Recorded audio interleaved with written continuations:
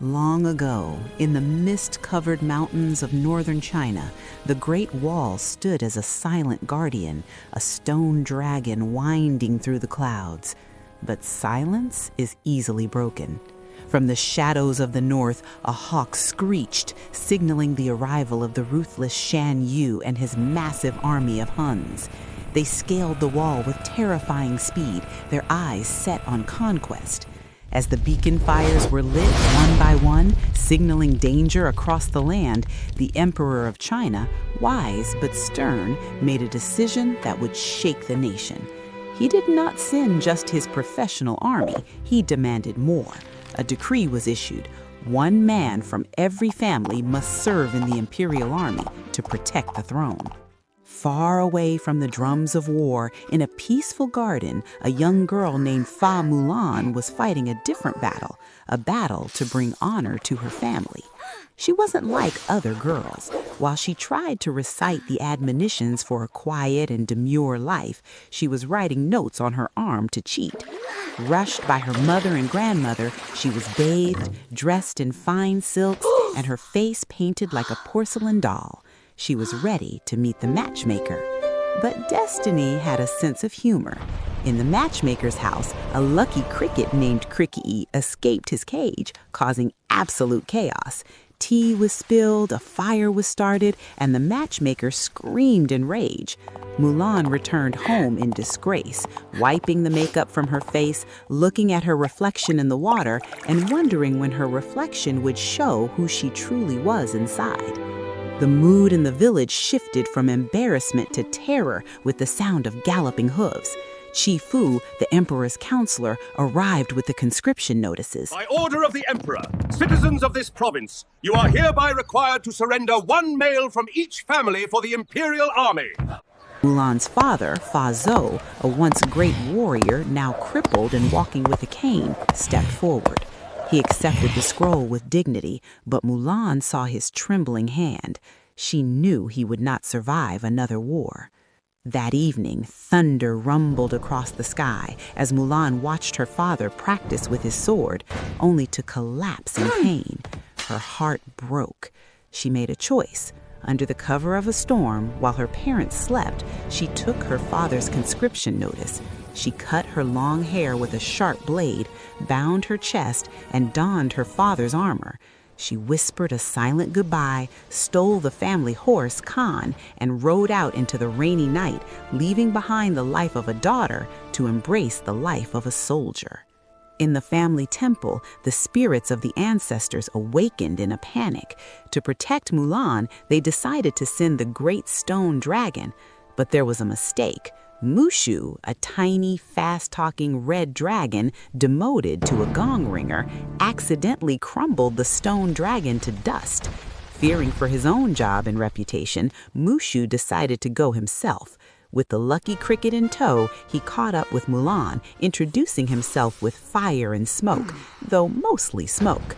He promised to make her a war hero, not realizing the impossible task ahead. Mulan arrived at the training camp, a place of grit and sweat, disguised as a man named Ping. It was a disaster. Get out She was of my surrounded way. by rough men like Yao, Ling, and Qin Po. She couldn't walk like a man, talk like a man, or fight like one. Captain Li Shang, the son of the general, was unimpressed. During training, Mulan struggled to carry heavy weights, failed at archery, and collapsed during martial arts drills. Shang told her to pack up and go home. You are not suited. But as the sun set, Mulan looked at the wooden pole in the center of the camp, a challenge no soldier had completed. With 2 heavy bronze weights tied to her wrists, she didn't use strength, she used intelligence. She tied the weights together to create leverage and climbed to the very top. When she threw the arrow down at Shang's feet, the entire camp cheered. Ping had earned their respect.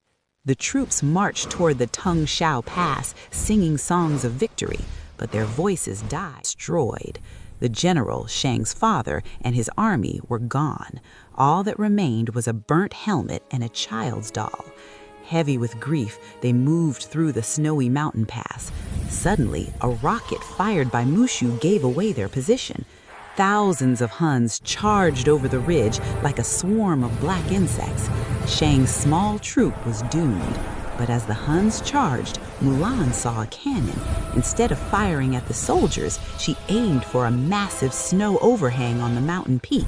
The explosion triggered a catastrophic avalanche. The snow roared down, burying the entire Hun army. Mulan saved them all, but in the chaos, Shan Yu slashed her chest. The victory was short-lived. As the medic treated her wound, the truth was discovered. Mulan was a woman. The law was clear. The penalty was death. Chi Fu demanded her execution, but Shang, owing her his life, spared her. "A life for a life," he said, throwing her sword into the snow. The army marched away, leaving Mulan alone on the freezing mountain. She sat shivering, her journey seemingly over. But as she looked down the valley, she saw movement. Shan Yu and his elite soldiers dragged themselves out of the snow, heading towards the emperor's city. Mulan realized the war wasn't over. She didn't ride to the city for honor anymore. She rode to save the emperor. The imperial city was celebrating, thinking the war was won. Mulan raced through the parade, trying to warn Shang, but he wouldn't listen to a woman. Suddenly, the Huns burst from the shadows, kidnapping the emperor and locking themselves in the palace.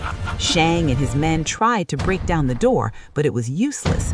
Mulan had a better idea. She whistled to her friends, Yao, Ling, and Qin Po. They shed their armor and disguised themselves as concubines, using sashes and fans. Sneaking past the guards, they took out the enemy. Shang fought Shan Yu, but the villain was too strong. Mulan stepped in. She revealed herself not as Ping, but as the soldier who caused the avalanche. Shan Yu chased her onto the palace roof. It was a duel of steel and wits. Shan Yu lunged with his heavy sword, but Mulan used her fan to disarm him. Acting quickly, she pinned his cloak to the roof with his own sword. Mushu, riding a firework rocket, aimed straight for Shan Yu. The villain was propelled into a tower of fireworks, exploding in a brilliant display of lights that lit up the night sky. Mulan dropped from the roof, catching Shang's hand as the city cheered. The dust settled. Mulan stood before the emperor. He scolded her for stealing armor and impersonating a soldier, but then he smiled. "You have saved us all," he declared. The emperor of China bowed to Mulan. Seeing this, everyone in the great plaza bowed to the village girl. He offered her a council position, but Mulan politely refused. "I've heard a great deal about you, Fa Mulan. You have saved us all." She wanted to go home. She returned to her garden, presenting her father with the sword of Shan Yu and the emperor's crest. Fa Zhou dropped the gifts into the dirt and pulled her into a tight embrace.